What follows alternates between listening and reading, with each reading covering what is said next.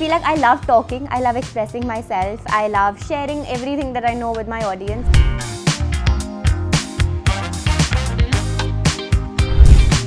When you start with content creation, every milestone is it's worth celebrating.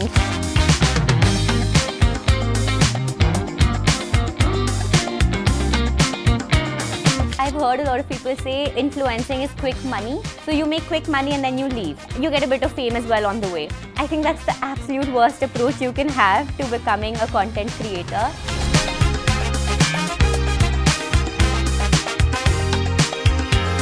If you want to become a content creator, do it for the craft, do it for the art of it, do it for the love that you have for creating content.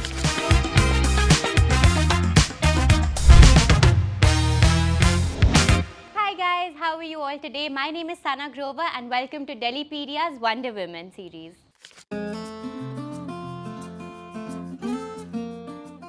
Back when I was in high school, in 12th grade, I used to watch a lot of YouTube channels, and that was the time when not a lot of Indian creators were, making a lot of videos. It was mostly international creators, people in the West, and I was like, why is nobody in India doing this? This was all throughout 10th grade, 11th grade, 12th grade. And then when I was done, so in school, I really wanted to start YouTube. I wanted to start creating content. But then I always thought, there's always this thing that if I start filming, if I start uploading content, if I become a YouTuber per se, then God forbid I don't score well in my exams, all of my teachers are going to have a reason, right? And I didn't want that to happen because I really enjoyed watching videos, and it was always like a passion for me, so I didn't want it ever to be put in a negative light. So I gave my exams, school got over, and I had yet to finalize a college. So that is that grey time, right? That grey area. So I was like, nobody in school cares anymore. We're all done with school. I don't have a college at the moment. So I might as well start creating now. Who's going to judge me? And that's what really pushed me to, start filming videos. And that was the time when a couple of creators had just started coming up in India. And so it gave me a really nice ecosystem to put myself in the space. So in the initial days of my content creation journey, most of my outfits were, mixed and matched, and some things were from street shops, local markets, budget shopping markets, where, you get things for 50 rupees, 100 rupees, mixed with something from, say, Levi's or something from H&M or Zara. And that's how I started off. So initially when I started, there wasn't too much of information about this whole field. So we were all kind of figuring it out. And that's when, I did the hit and trial method. I would see, okay, what's working, what's not working. Slowly and gradually, based on what was working, I started doing more of that, and that became my strategy. So there's this hero content strategy, which is, stuff that is really working, content pieces that your audience really loves. You do that a lot, but then also keep your own originality, right? So you're not just doing what people want to watch, because then you get stuck in this loop of being termed as, or being characterized as a person who's doing just this kind of content. So my strategy is to do your hero content, but then also have your own unique touch to it and keep reinventing. The minute you stop reinventing your content, the minute you think, okay, this is my strategy, this is it for the rest of my life, is when new people will come and take over and you will go irrelevant. I feel like I love talking, I love expressing myself, I love sharing everything that I know with my audience, and in those 60 seconds, how are you supposed to let your personality come through? It's very difficult. When you want to really form that connect with your audience, when you want to go the extra mile, that's where long form comes into the picture.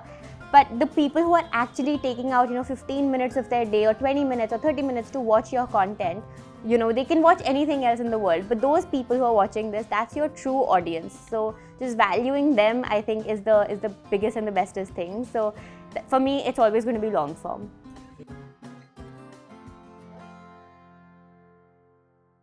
So, when you start with content creation, every milestone is, it's worth celebrating. So, for example, when I reached 100 subscribers and then it came to 1,000 and then 5,000, I remember my entire family used to get so excited about that.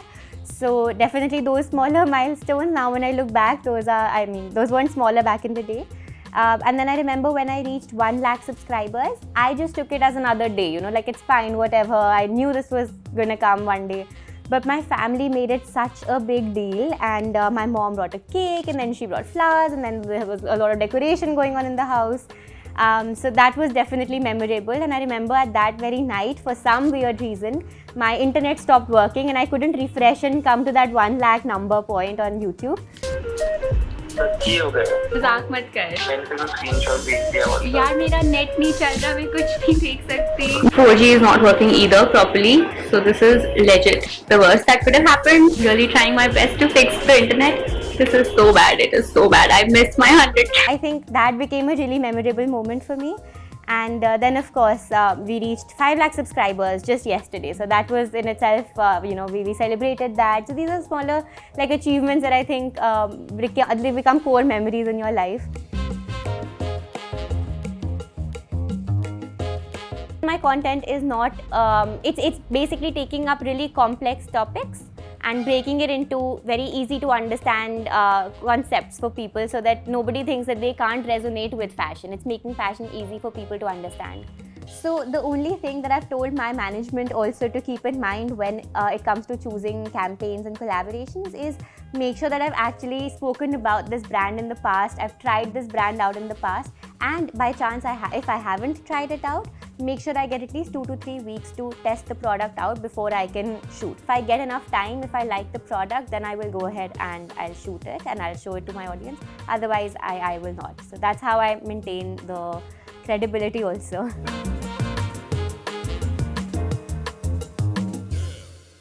I was born and brought up in Delhi, so ever since my childhood, I have seen, certain designs and certain patterns and certain colors, which in hindsight, now that I look back, I feel like they've influenced my fashion choices very specifically. And a lot of credit also goes to my grandmother, who has, these beautiful saris, silk saris, chiffon saris, the patterns that she has been wearing for years and years.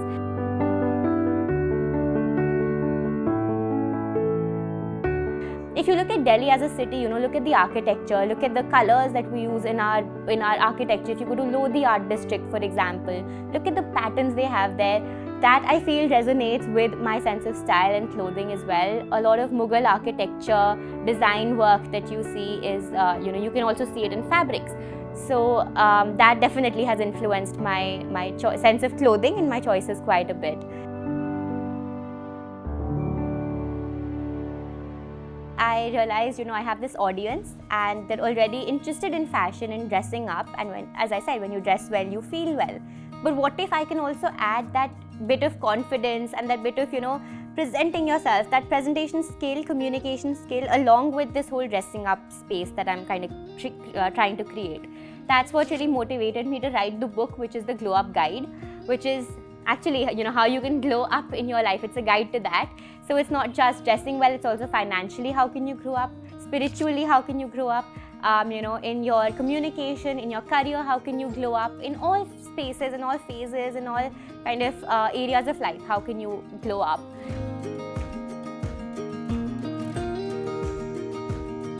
Of late, I've heard a lot of people say influencing is quick money. You become an influencer, you earn a lot of money because a lot of brands are focusing their marketing efforts now on influencer marketing. So you make quick money and then you leave. You get a bit of fame as well on the way. I think that's the absolute worst approach you can have to becoming a content creator. If you want to become a content creator, do it for the craft, do it for the art of it, do it for the love that you have for creating content. Money will come only and only if you are in this for the long run. If you want to have a short-term game, you just want to come in, people are buying followers. I got a message from somebody the other day saying, hey, can I just buy followers? I'll get brand deals. But then what are you going to do with those brand deals and those followers? Until how long will you sustain? Because brands will come and say, you know what, you're not getting us anything in return. We're not getting any sales from you, any conversions from you. Audience is not engaging, it's not authentic. Why should they keep on, coming back to you? Don't be a checklist. Don't be somebody people will skip. Okay, fine, viewed it, skip. Be somebody they can connect with in the long term. There's so much of, recognition also being given nowadays to regional influencers who are coming up. I think that's a great market. I think it's a great way to get a lot of people to also follow your journey, and those are the people who will also resonate with your content, because you're taking local on a global scale. So definitely regional fashion is something that influencers should look at.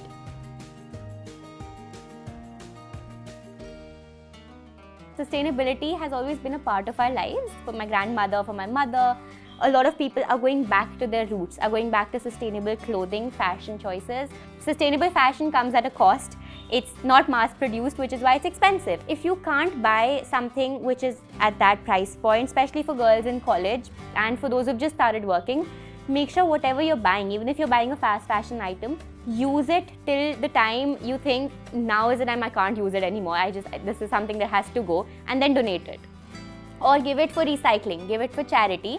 Just don't throw away a garment just like that. So definitely, I have heard from a lot of people, and a lot of people have now started saying that influencers are glorified salesmen. I just think you haven't found yourselves the right influencers to follow in that case. Personally, if you ask me, the Kardashians are a great example of the Western kind of, the public relations that they've done. The media, for example, the media environment over there, they've grown at a crazy level. They've taken something, converted it into a really positive thing, and then grown from there as a whole family, which is insane. It's amazing. I personally think that they're really good at their PR game. As content creators, I don't see them providing too much of value. To be very honest, I might get cancelled for this, but that's what I think. I would personally look at more of, some people like, just as an example, Kate Middleton. I love her sense of style. I love the kind of content that, the Buckingham Palace or the royal family page puts out. I also love the kind of content that, in our country we can see, for example, in Jaipur, you've got so many, you've got that royal historic touch. I love the content that they come up with. I love the kind of value that they're providing while also keeping in mind their own culture and, bringing that on a global scale.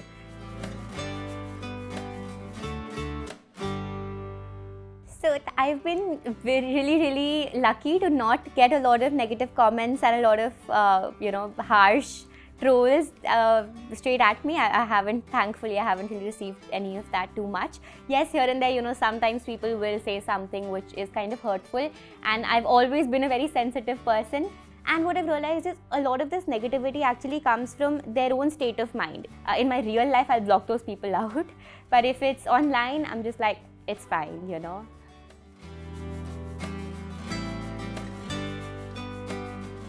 In the next 1 year, I want to have more workshops. Last year, we had a few workshops for the book where, we had like a book reading workshop. This year, I want to bring it more to life with, say, flower making workshops or sip and paint workshops, and have more of like an in-person connect with my audience. So they can have the book, they can have the course, and they can also have physical workshops where I'm, probably teaching them, or we're kind of interacting, or we'll have somebody come in and teach and kind of just bring it to life, bring the sense of the book more to life.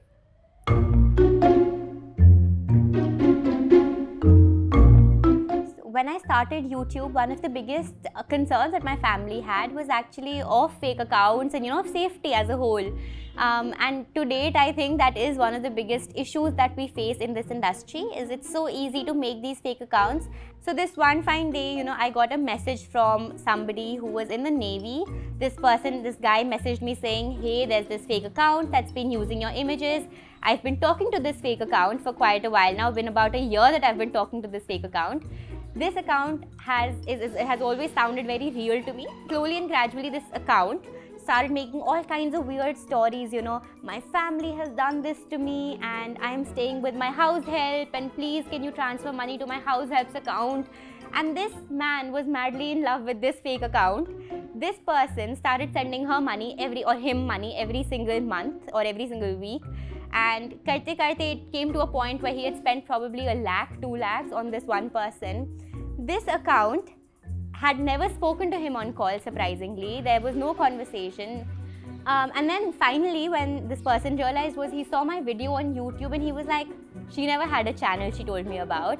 That's when he found my actual Instagram ID. He texted me, I got to know, I saw he sent me a screen recording of all of their chats, and I was like, what just happened? It was shocking. And the last time this guy sent this account money was when this girl or guy told him, I have to get ready for my farewell, my parents are not letting me buy a sari, can you please send me money for a sari? And I'm now laughing, but at the time I was so scared, because I was like, if somebody's using my because I'd posted my childhood pictures on Instagram as well, using photos of my parents within that picture, making a whole story saying my mother doesn't love me, my father doesn't love me, and giving it out to somebody random on the internet. It's scary. And that's when I filed this cybercrime complaint, and I did whatever I could do to help this person who had just been betrayed and kind of been a part of a financial scam. I filed a complaint. I went to the police station. To date, I don't know what's happened to that account. It's not there at the moment, but there are so many other fake accounts that have come up after that. So I hope maybe the police can do something about this, and more than the police, these platforms can do something about it.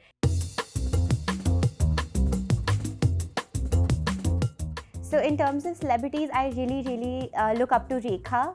Iconic fashion statements all the time. She can never go wrong. Like that's the word for her.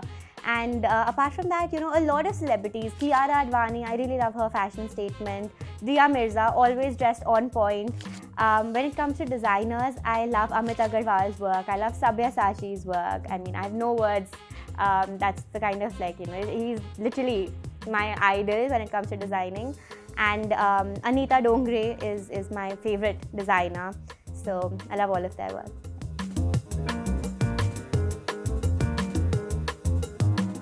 Dia Mirza, Mario Badescu, I think Christian Dior. One mantra I live by is, if you never try, you'll never know. Golgappe and Ram Laddu, both of these. So Ram Laddu, I have this person in J Block Market, Saket, who makes the best Ram Laddus in the world. So from him, and Golgappe from GK Market, M Block Market. Khan Market, Sarojini Nagar, Janpat, GK. There was this one meme that somebody sent where a photo has been used, and it's girls getting ready at 6 a.m. in the morning for a wedding that's starting at 10 p.m. at night, and that's a funny one. Hi, this is Sana Grover, and you're watching Delhipedia.